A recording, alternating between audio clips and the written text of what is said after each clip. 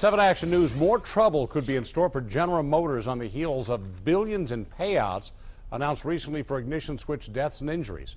Simon Shaquette is live in Birmingham tonight where new details are emerging. Simon? Stephen, this involves new claims against GM, and it's coming from a local law firm right here in Birmingham.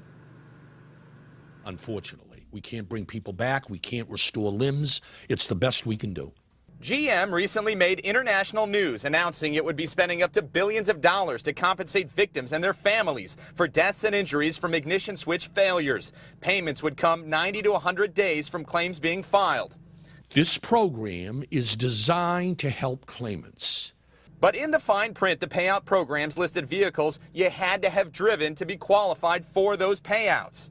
They made the right first step coming forward with this program. They've put a lot of effort into it. It's just not wide enough.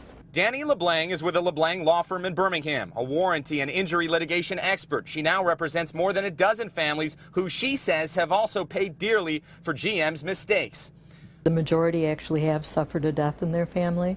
But she says their vehicles that also had problems related to the ignition switches are not on GM's list for payouts. We're talking Cadillacs, Chevy Impalas, and others recalled.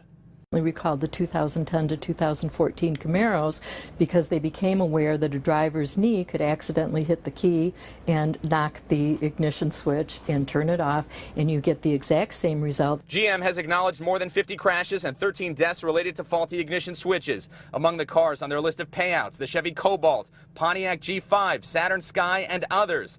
As for the claims being made by the LeBlanc law firm, GM spokesman Greg Martin tells Action News this: the compensation program was established for those who were harmed by the initial ignition switch recall. It was a unique and extraordinary set of circumstances that required an extraordinary response on our part. Recalls done since then that could involve the unintended rotation of the ignition key are separate and unrelated to the ignition switch recall. Now, the law firm says they're learning about new claims almost on a daily basis. Stay tuned as this all unfolds. Live in Birmingham, Simon Shaquette, 7 Action News. Yeah, we're staying tuned. It seems to change every day. Simon, thank you for the report.